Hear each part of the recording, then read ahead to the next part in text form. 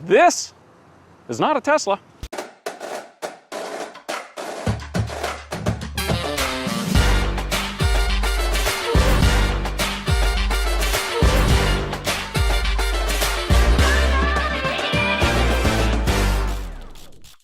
With sincere apologies to Doug DeMuro, I just couldn't resist doing an intro like that. So yeah, it's a Porsche Taycan. You know, honestly, I'd never thought I'd get my hands on one of these things, so I do have to give a shout out to my friend Ken Bokor, who managed to get one for a couple of days, and he was very kind to invite me to come out and check it out. And I'm glad I did, because this car is a true beauty.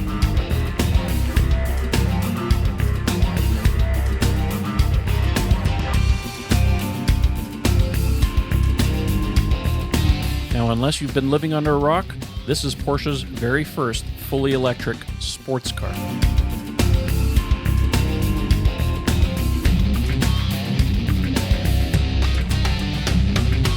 And in case you were asking, yeah, the fit and finish is way better than a Tesla. And I know those are fighting words, but would you expect anything less?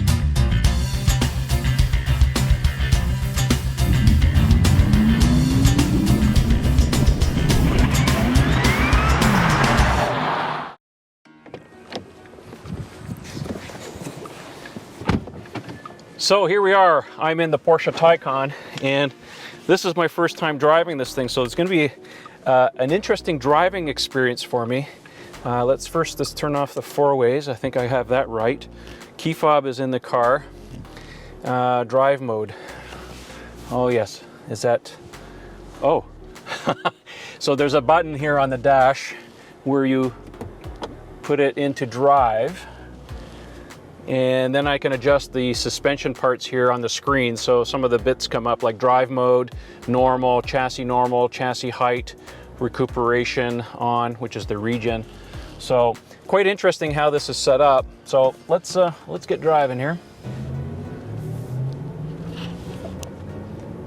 Okay, so there are artificial sounds in the Taycan. And you can turn it off, by the way, if you don't like that. Not crazy about the noise, but it may be something I can turn off a little bit later. So first impressions of the car. You know what? For a car of this caliber, it has the right mix of tech. It is a true thoroughbred sports car. Unlike the Model S, nothing against the Model S, of course, this is a Tesla channel after the fact. The thing about the Model S is that it's a family sedan that has a lot of sports car type credibility, but it is a family sedan first and foremost. This feels like a sports car, a proper sports car. It feels tight. There's not a lot of body roll on it. I can definitely feel the lower center of gravity. This definitely feels heavier than my Model 3, that's for sure. It has cooled seats. I wish I had that in my car. That's quite nice. Quite a bit of switchgear in this car compared to, you know, say a Model S or a Model X or even a Model 3 for that matter. Again, Tesla is about the simplicity of their vehicles.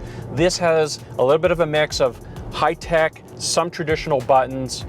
This has wonderful suspension. I mean, I can get in here and I can lower the suspension, and then I can go to chassis here on the screen, and I can set it from normal to sport or Sport Plus, and it gives you a visual on the screen as far as what it looks like, what's changing here. It has a very nice screen. Matter of fact, the Taycan has 3 different screens. So you have an instrument cluster that's all digital. There's no analog gauges whatsoever. Then there's a center screen right here. It's a small one for some settings for the car, stuff that you're probably not going to touch all that much.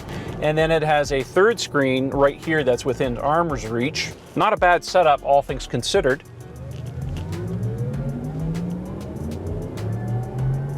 Yeah, it definitely makes spaceship noises. Let's see if there's a way to turn that on or off. I've spent 0 time in the settings on this car to really see what's going on as far as the sounds are. But I mean, I'm told you can turn it off if you don't like it. So compared to some of the Teslas, I mean, the mirror is about the same size. Very small aperture in the back window. Can't see out of it quite well. The mirrors, about the size of a Model 3, but they sit a little bit higher. Not too bad, but again, I like bigger mirrors, but again, on electric cars, you can't have huge mirrors because it reduces your range. Matter of fact, I'm sure most manufacturers, including Tesla, would love to get rid of mirrors as soon as they possibly could, but until legislation allows for that, we have to live with them. Now, because I haven't spent any time in the car as far as functions are concerned, I'm really not going to play around with any kind of autopilot or whatever they call their autopilot system. So I'm just going to leave that for another day. This is not, like I said, this is not a review of the car, it's just my driving impressions of it.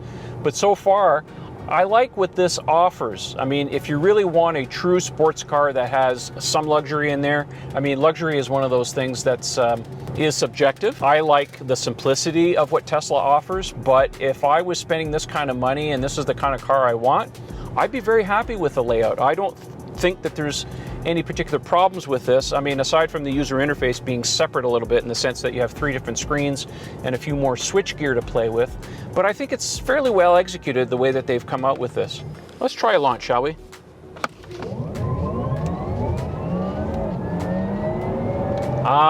It has a 2-speed transmission.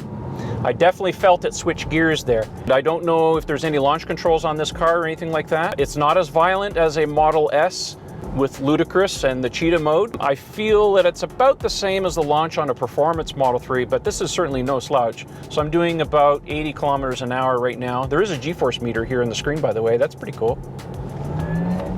Yeah, okay, that works. That's pretty cool. In terms of headroom, I got about 4 inches or so. I'm 5'10". I'll give you my impressions in a few minutes when we park and I'll sit in the back seat, but I'm telling you right now, it's not very big. This is one of the major differences between this car and say a Model S is the packaging. They didn't package, I don't think, the electronics as well as Tesla did. It has a very small trunk and almost a non-existent front trunk. I mean, it's big enough to maybe put a suitcase or something, a small suitcase. But if you're thinking of putting like a scooter or anything like that, forget about it, it's not gonna happen. But it handles nice. It has very nice tracking steering on it. It feels very planted on the ground. Heavy battery packs will do that. Steering wheel's okay. I don't like it as much as the one on my Model 3, but it feels decent enough. I think it's leather wrapped. I'm so used to the vegan now that anything else feels a little strange. Why they put a clock on the dash? I have no idea. I would never look at that. Has your typical switch gear here on the door. Things like your mirror controls. Again, I opened the wrong windows, much like I did on, on my Tesla. I'm always hitting the back windows instead of the front ones. So I do like the black Alcantara? Yeah, it's Alcantara. So it has a black Alcantara headliner. Very nice, gives it a nice luxurious feel, reminds me of the Model X. Again, this is something I would do in my Model 3. I understand why Tesla did a gray headliner in the cars because it really makes the large sort of windshield up here, actually windshield here, but the glass roof kind of blend in with the sky. But this has a very large one. This is almost like the Model S. Oh, there we go. So we have, if I press the button on the stock, the problem is now I don't know how to navigate the screen in order to change settings, because I see lane keep assist, active lane keeping, but because I'm not used to the user interface, there's a little knob here on the steering wheel. It's called drive mode. So if I twist that, oh yes, okay, so on the binnacle here it changes. So I get normal, sport, sport plus, individual, I'm gonna guess is probably a custom setting. I'm gonna leave it here at normal. If I press it, does it do anything? No, so that is a dedicated knob, it appears, just to change the driving mode on the car. Of course, you can still do it from the screen, but you know, for the track enthusiasts, they can just kind of flick it with their thumb. Okay, so I found the distance control. There's a little tilting control here on the stock to change the distance control for cruise control, but I still don't know how to turn on the lane assist. I guess it's one of those cases of RTFM.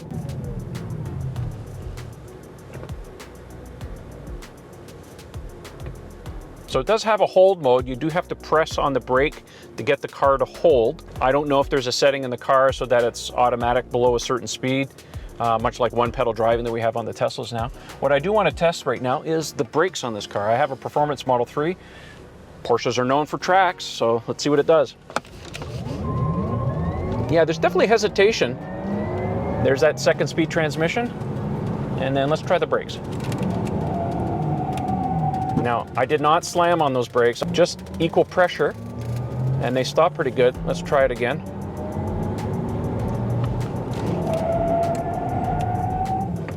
Good strong brakes. How they hold up on the track, I don't know, but again, Porsches are known for that kind of thing, so I'm going to assume they put decent brakes on this car. Again, this is the Taycan Sport, not the Sport S that has all the extra features on it. So I want to leave you with a few closing thoughts about this car. I think for this price, and I'm told it's somewhere in the vicinity of about $195,000 Canadian, That's probably about $5 American. I'm just joking. You're definitely spending more than a similarly equipped Model S. The Model S is going to get more performance for less money. However, again, you have to remember, they're very different cars. This is a true sports car in every sense of the word. The Model S is more of a family sedan that can do sports car-like things. So the bottom line is, if you're looking for a practical family car that has sports-like performance, well, a Model S is the obvious choice. But if you're a sports car enthusiast who really likes the Porsche brand and wants that kind of performance and a splash of high tech, I would say Porsche people are really going to like this car. Did Porsche need to do this car?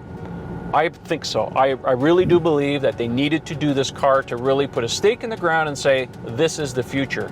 And as far as what I can see here, aside from range, because that's been talked about on the internet a lot, this is a very well executed car. Now, I'm not really a sports car kind of person. I wouldn't spend this kind of money on a sports car. I would rather have something a little more practical, but I could see people really liking this car, and I do like it from what it offers.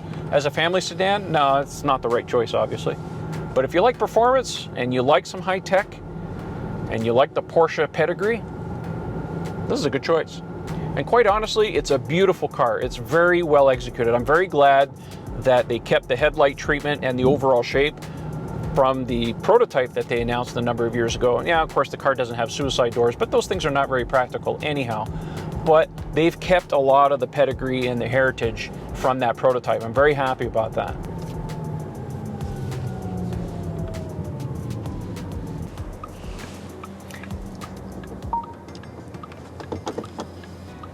Now I'm trying to find the, oh, it has a dedicated park button. I was looking for the button to push. And? Well, it goes. It goes. Yeah, it's not, it doesn't have that violent rush that the Performance Model S does. Right. Feels more like my Model 3. Okay. But it's interesting that with the 2-speed gearbox, you can You feel felt it kicking. that. Yeah. You get the kick and then you get another Yeah, boost. yeah, I yeah. know. It's subtle, but it's there. And you hear, and with the noise, it just amplifies it more. Yeah, I couldn't find where to turn off the bloody noise. Oh yeah, it's in the drive. Oh, it's buried, but anyways, all right.